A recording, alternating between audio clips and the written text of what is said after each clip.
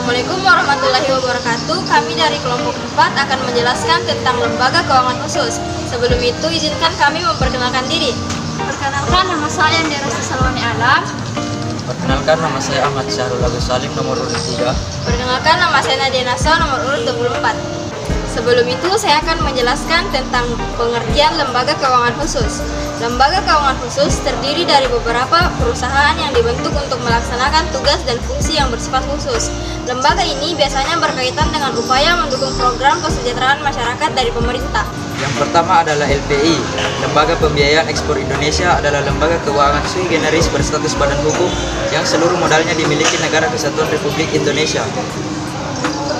Fungsi dari LPI yaitu mendukung program ekspor nasional yang bertugas melaksanakan pembiayaan ekspor nasional dengan kegiatan utamanya berupa pembiayaan, asuransi, dan penjaminan yang diberikan kepada debitur ekspor atau indirect ekspor, baik level korporasi maupun level UKM.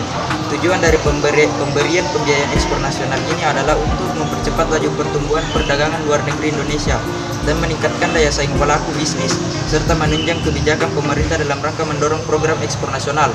Selain daripada itu, LPI juga berperan aktif dalam memberikan jasa konsultasi bagi para UKM, ekspor maupun rintisan ekspor. Selanjutnya ada tugas dari LPI. Yang pertama, mendukung program ekspor nasional melalui pembiayaan ekspor nasional dalam bentuk pembiayaan dalam rangka menghasilkan barang dan jasa ataupun usaha lain yang menunjang ekspor. Yang kedua, menyediakan pembiayaan bagi transaksi atau proyek yang dikategorikan tidak dapat dibiayai oleh perbankan tetapi mempunyai prospek atau non-bankable but visible untuk peningkatan ekspor nasional.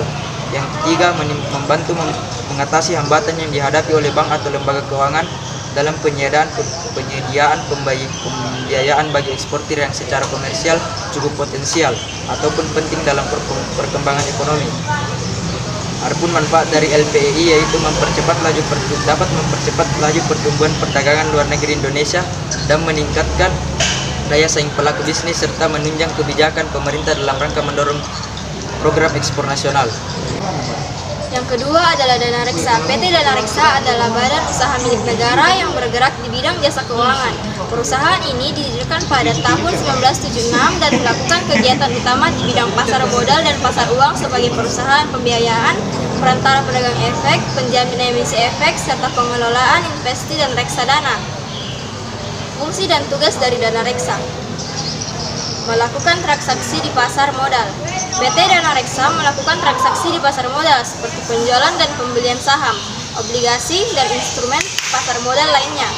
Yang kedua, menyediakan layanan investasi. PT Dana Reksa menyediakan layanan investasi bagi nasabah seperti reksadana, portofolio investasi, dan layanan investasi lainnya. Yang ketiga, melakukan analisis pasar.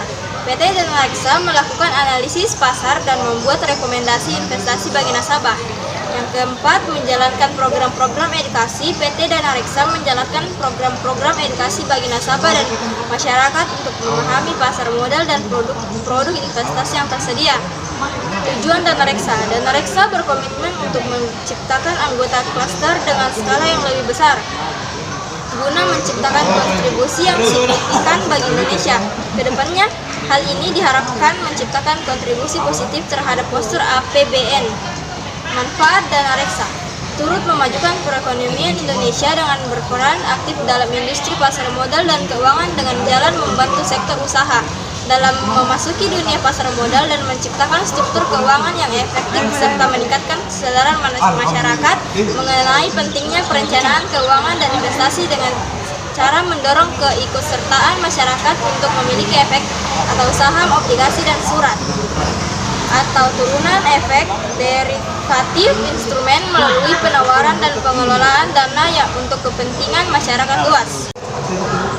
Yang ketiga yaitu PT Sarana Multigria Finansial, yaitu sebuah badan usaha milik negara Indonesia yang bergerak di bidang sekunder perumahan. Sejalan dengan program pemerintah untuk meningkatkan kegiatan pembangunan di bidang perumahan sebagai salah satu upaya penyediaan perumahan yang layak dan terjangkau oleh masyarakat. Adapun tugas dari PT Sarana Multigria Finansial sebagai berikut: satu, membangun dan mengembangkan pasar pembiayaan sekunder perumahan atau PPSP, serta menghubungkan pasar modal dengan sektor properti. kedua, membangun dan mengembangkan pasar pembiayaan sekunder perumahan melalui sekuritisasi dan penyaluran pinjaman kepada bank dan lembaga keuangan penyalur (KPR). Fungsinya yaitu memfasilitasi transaksi sekuritisasi, mendorong dan memfasilitasi lahirnya produk KPR baru termasuk KPRIB, menyediakan program pelatihan.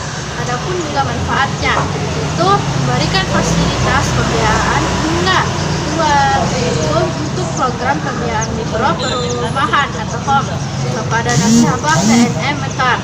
HOM sendiri ditujukan untuk masyarakat berpenghasilan rendah yang ingin mendapatkan akses pembiayaan perumahan dan tempat usaha. Yang terakhir adalah pegadaian.